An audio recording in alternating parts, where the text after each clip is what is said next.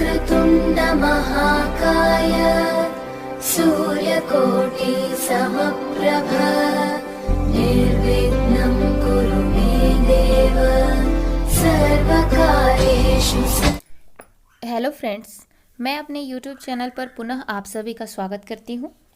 आज हम छत्तीसगढ़ माध्यमिक शिक्षा मंडल रायपुर के द्वारा शैक्षणिक सत्र 2020-21 माह अक्टूबर के असाइनमेंट के प्रश्न क्रमांक दूसरे का आंसर लेकर उपस्थित हुए हैं। उम्मीद है आपको इस वीडियो से बहुत मदद मिलेगी अपने असाइनमेंट को तैयार करने में।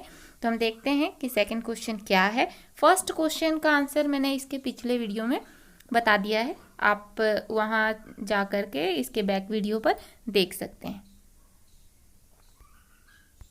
सेकंड क्वेश्चन जो है हमारा वो है किरचॉफ के नियम को स्पष्ट कीजिए और इसकी सहायता से व्हीटस्टोन सेतु संतुलन अवस्था के लिए आवश्यक प्रतिबंध प्राप्त कीजिए।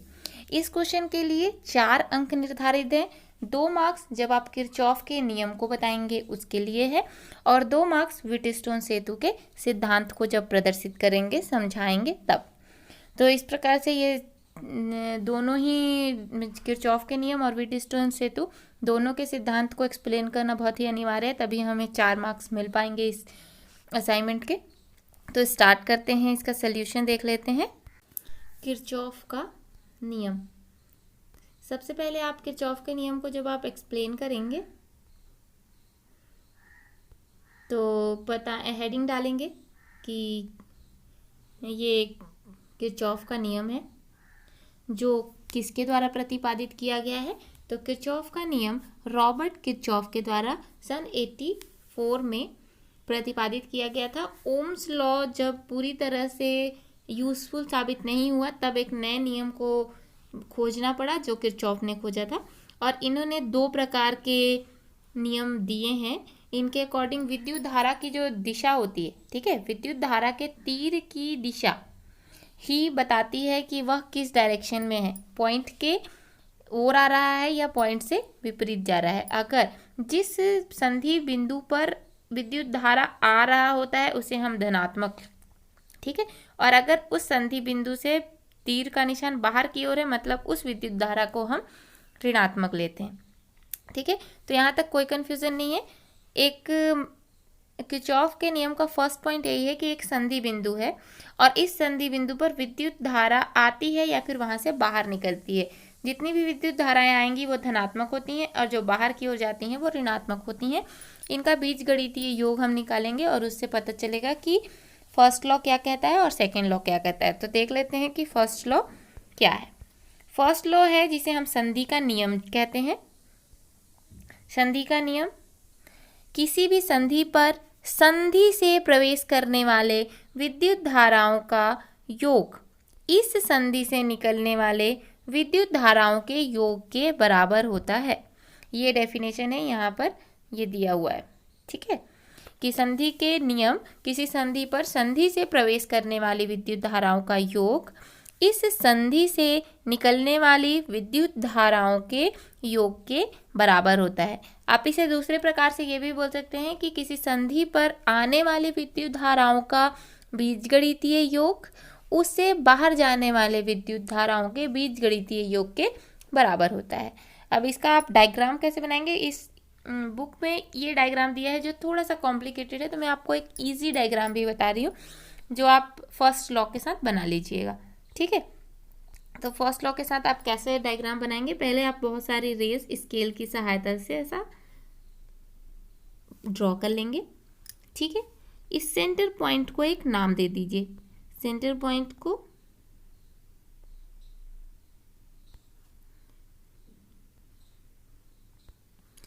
सेंटर पॉइंट मान लीजिए है हमारा P, ठीक है। अभी इतनी सारी लाइन है तो इसमें से कुछ के एरोज जो होंगे वो बाहर की ओर होंगे, कुछ अंदर की ओर आ रहे हैं, ठीक है। सबका आप नाम दे देते हैं, जितनी भी रेज हैं तो सबके नामकरण हम कर लेते हैं। मान लीजिए ये है I1, I2, I3, I4, I5, I6, I7, I8। ये डायग्राम आप बनाएंगे। डायग्राम के बाद में आप इस डायग्राम को एक्सप्लेन भी करेंगे, ठीक है।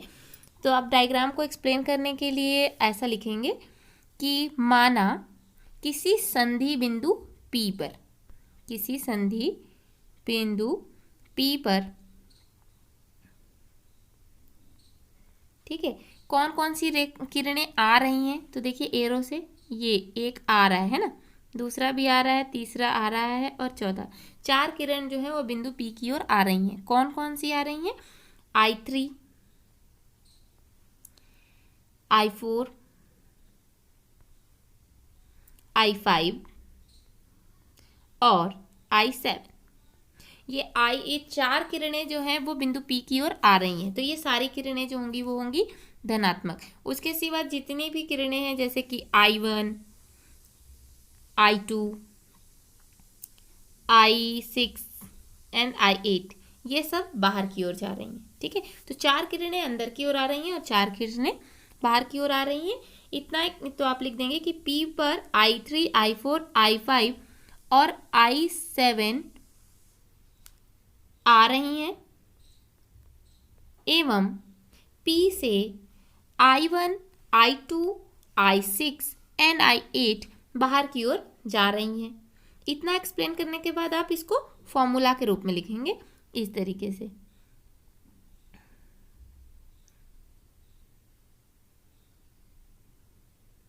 I1 नेगेटिव रहेगा, माइनस I2 माइनस I6 और माइनस I8। क्योंकि ये नेगेटिव क्यों है? क्योंकि ये बाहर की ओर जा रहे थे। प्लस पॉजिटिव रहेगा कौन कौन सा? जो कि अंदर की ओर आ रहे थे, I3 plus I4 plus I5 and plus I7,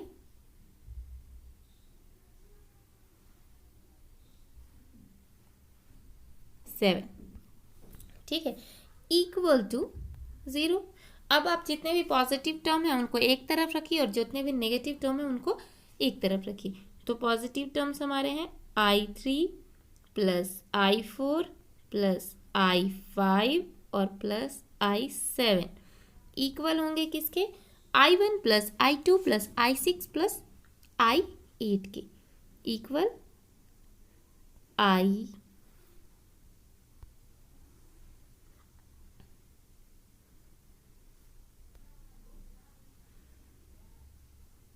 I1 plus I2 plus I6 और प्लस I8 के इक्वल होंगे, ठीक है। तो इस तरीके से आपका फर्स्ट लॉ कंप्लीट हो गया। आप इसे इक्वेशन फर्स्ट भी डाल सकते हैं। किरचॉफ का प्रथम नियम कंप्लीट करने के बाद आप किरचॉफ के द्वितीय नियम पे आएंगे।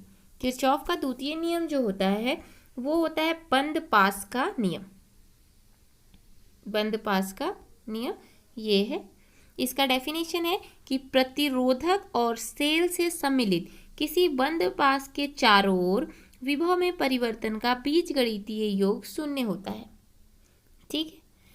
अब बंद पास इट मीन्स जो हमारा सर्किट है वो खुला, जैसे कि अभी फर्स्ट लॉ में हमने जो डायग्राम बनाया वो इस तरीके से खुले थे, लेकिन जो सेकेंड लॉ के लिए होगा वो जो भी डायग्राम होगा वो बंद एरिया में होगा, जो सर्किट होगा वो बंद होगा, ठीक है। तो सबसे पहले तो हम जान लेते हैं कि सेकेंड लॉ को एक्सप्लेन करने के पहले डेफिनेशन तो ये हो गया। विद्युत वाहक बल होता क्या है? विद्युत वाहक बल होता है, विद्युत वाहक बल को E से रिप्रेजेंट करते हैं जिसका फॉर्मूला होता है I इंटू R, विद्युत धारा गुणे प्रतिरोध, ठीक है। अब हम इसी को डायग्राम के थ्रू एक्सप्लेन कर दे रहे हैं। आपको कोई भी कन्फ्यूज़न होगा तो आप कमेंट बॉक्स से पूछ सकते हैं, ठीक है। तो डायग्राम को देख लीजिए किस तरीके का इसमें डायग्राम बनेगा। ये देखिए,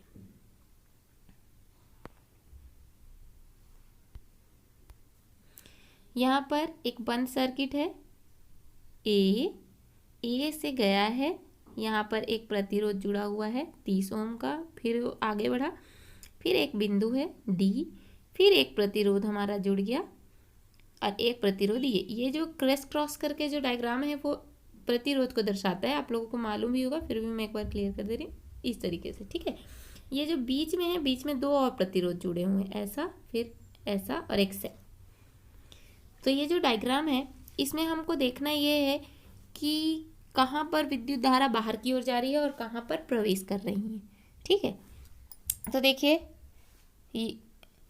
संधि ए पर है ना, संधि ए जुड़ रहा है यहाँ पर।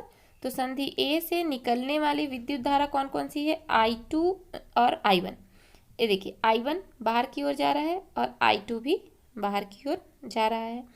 और प्रवेश करने वाली विद्युत धारा कौन सी है, तो इसमें I3 जो है वो ए की ओर आ रही है, तो I3 प्रवेश कर रही है। तो संधि पर इक्वेशन जो फर्स्ट लॉ है उसके अकॉर्डिंग क्या हो जाएगा कि I3 बराबर होगा I1 और I2 के।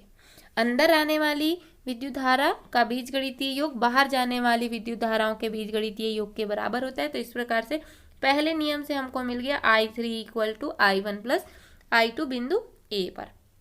उसके बाद अब हम देखते हैं दूसरी संधि पॉइंट है हमारा H, ये देखिए है ना। तो बिंदु H पर प्रवेश करने वाली विद्युत धारा ये I1 जो यहाँ से जाएगा तो H की ओर प्रवेश करेगा, और H से निकलने वाली भी एक ही धारा है जो यहाँ से देखिए निकल रही है I3। ठीक है, और संधि नियम से ये भी पता है कि I1 जो है वो I3 जो है वो इक्वल है I1 प्लस I2 के। तो दो पास हमारे पास बन रहे हैं, वो दो पास कौन कौन से हैं, ए क्लोज पास है ना, ए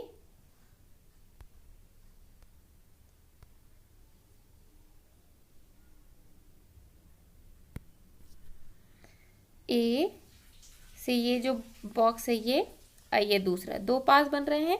और इस प्रकार से हमें जो इक्वेशन मिलेगा वो ये मिलेगा। तो यहाँ तक आप कर लेंगे, आपका सेकंड लॉ भी कंप्लीट हो जाएगा। ठीक है, तो इस प्रकार से किरचॉफ के दो नियम है, पहला संधि का नियम, दूसरा बंद पास का नियम। पहले में जो मैंने डायग्राम बताया था वो वाला डायग्राम आप बनाइएगा।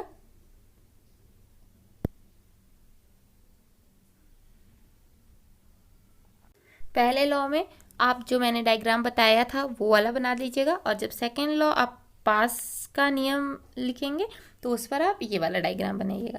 और इस प्रकार से आप किरचॉफ के दोनों नियम को कंप्लीट कर लेते हैं। किरचॉफ के नियम के बाद हम व्हीटस्टोन सेतु के बारे में जानेंगे।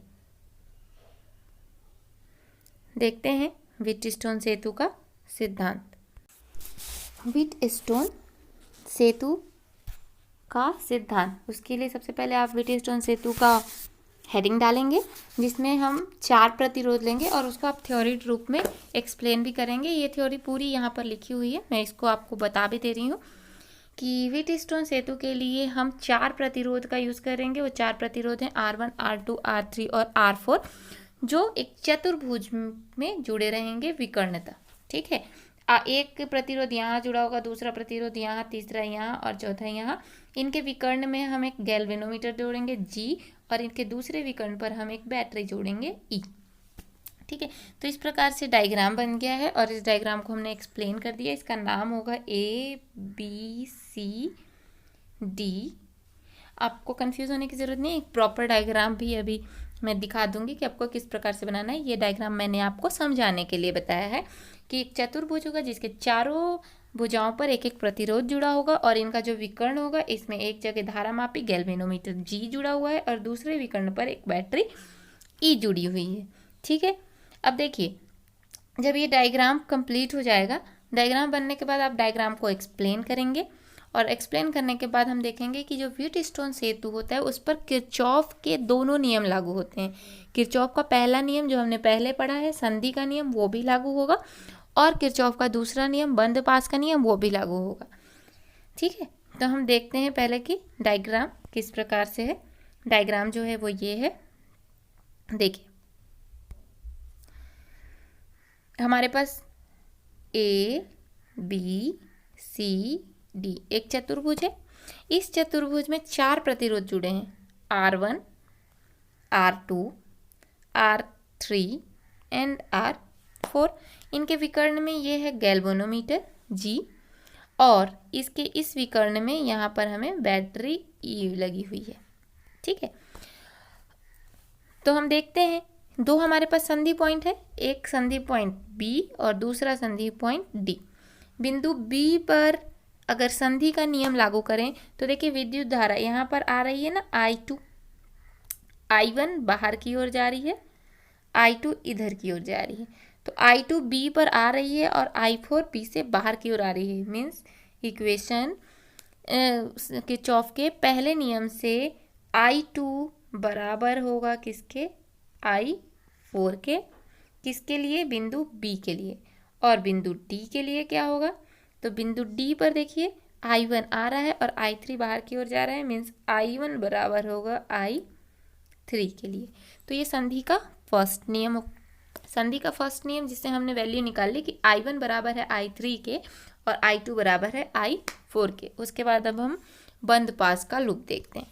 बंद पास के लूप के लिए देखिए हमारे पास दो बंद पास हैं, एक तो है A B D A और दूसरा है B D C B।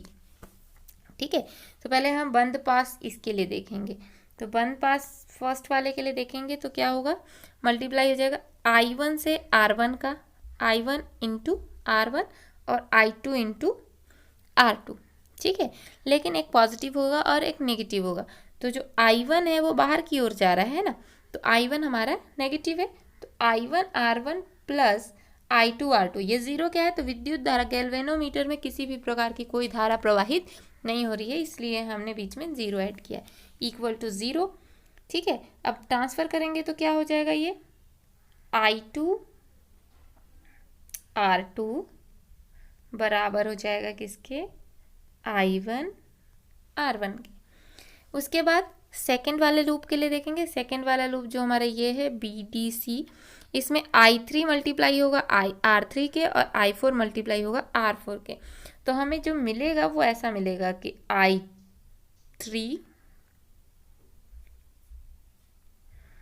R3 negative plus I4 R4। लेकिन अभी हमने जस्ट थोड़ी देर पहले देखा था कि I3 जो है वो बराबर है किसके, I1 के, तो इसलिए minus I1 R3 plus I4 जो है वो I2 के बराबर है, तो I2 R4 is equal to zero. यही इक्वेशन यहाँ पर लिखा हुआ है जो मैंने अभी आपको एक्सप्लेन किया। ठीक है, तो इस तरीके से हमें ये मिल गया कि फर्स्ट ये मिला I1 R1 plus I2 R2 equal to zero और दूसरा I2 R4 plus I1 R3 is equal to zero. अब इन दोनों इक्वेशन को जब हम क्या करेंगे, सॉल्व करेंगे, सॉल्व इट मीन्स ट्रांसफर करने के बाद इनको एक दूसरे को डिवाइड कर देंगे। डिवाइड करेंगे तो देखिए क्या होगा, हमें इक्वेशन प्राप्त होगा ये I1 by I2 is equal to R2 by R1। ठीक है, अब जब ये इक्वेशन हमें मिल गया तो ये इससे हम निकाल लेंगे जो हमारे व्हीटस्टोन सेतु का सिद्धांत है, जो कहता है कि जब चार प्रतिरोध को आप एक साथ विकर्णतः जोड़ते हैं तो दो प्रतिरोध का अनुपात अगले दो प्रतिरोध के अनुपात के बराबर होता है। तो फर्स्ट इक्वेशन देखिए ये जो आया है ये किससे आया है, इस वाले इक्वेशन से आया है। कैसे आया है मैं एक बार और एक्सप्लेन करती हूँ, इसमें डायरेक्ट लिखा हुआ है कि minus I1 R1 plus I2 R2 equal to zero था। हमने जब ट्रांसफ़र किया तो ऐसा, ये तो I1 माइनस है ना R1 इक्वल टू, जब ये उधर जाएगा तो ये हो जाएगा माइनस I2 R2। ठीक है, दोनों तरफ माइनस माइनस कैंसिल, I को एक तरफ कर दीजिए तो I1, ये I2 इधर मल्टीप्लाई में इधर आएगा तो आपका डिवाइड में आ जाएगा, इक्वल टू R2 और ये R1 इधर मल्टीप्लाई में इधर आएगा तो वो डिवाइड में आ जाएगा। तो इस तरीके से I1 by I2 is equal to R2 by R1 ये मिला। उसके बाद सेकेंड इक्वेशन से अगेन इसको हम फिर से ट्रांसफ़र करेंगे तो ये I2 R4 इक्वल टू, ये माइनस वाला था उधर जाएगा तो पॉजिटिव आ जाएगा I1 R3। I को एक तरफ करना है। ठीक है, तो हम क्या करते हैं, हमें I1 बाई I2 चाहिए तो हम I2 इधर मल्टीप्लाई में इधर ले आएंगे तो I1 by I2 equal to, ये R4 यहीं है, R3 इधर आ जाएगा तो R3। देखिए फर्स्ट इक्वेशन जब हमने निकाला तो I1 बाई I2 था, इसमें भी I1 बाई I2। तो जब एक साइड इक्वल होता है तो दूसरा साइड ऑटोमेटिक इक्वल होता है। तो हम क्या कर देंगे, ये R2/R1 इक्वल R4/R3। ठीक है, यही प्रतिबंध है व्हीटस्टोन सेतु का। व्हीटस्टोन सेतु का जो प्रतिबंध है उसे हम इस तरीके से थ्योरी में लिख सकते हैं कि 4 प्रतिरोधक में संबंध दिखलाने वाले समीकरण को गैल्वेनोमीटर में शून्य और नगण्य विक्षेप के लिए संतुलन में प्रतिबंध कहते हैं। ठीक है, और ये जो सिद्धांत है, ये सूत्र है, यही है व्हीटस्टोन सेतु का सिद्धांत। तो इस प्रकार से आप इस आंसर को कंप्लीट करिए और आपका असाइनमेंट का सेकंड क्वेश्चन कंप्लीट होता है। किसी भी प्रकार की प्रॉब्लम के लिए आप कमेंट बॉक्स में कमेंट करें। आपको जो भी हेल्प चाहिए आप आगे मुझे कमेंट में बता सकते हैं, मैं उसको एक्सप्लेन करूँगी। अगर आपको हमारा हर वीडियो का नोटिफिकेशन चाहिए तो आप हमारे इस वीडियो को सब्सक्राइब भी कर सकते हैं। जैसे ही आप सब्सक्राइब करेंगे, जैसे हम अपना वीडियो डालेंगे आपके पास उसका नोटिफिकेशन पहुंच जाएगा। और यदि आपको इस वीडियो से कुछ भी प्रकार की मदद मिल रही है तो प्लीज़ हमारे वीडियो को लाइक भी कीजिए, ताकि हमें पता चले कि हाँ, हमारा ये वीडियो आपके लिए किसी भी तरह से मददगार है। Thank you.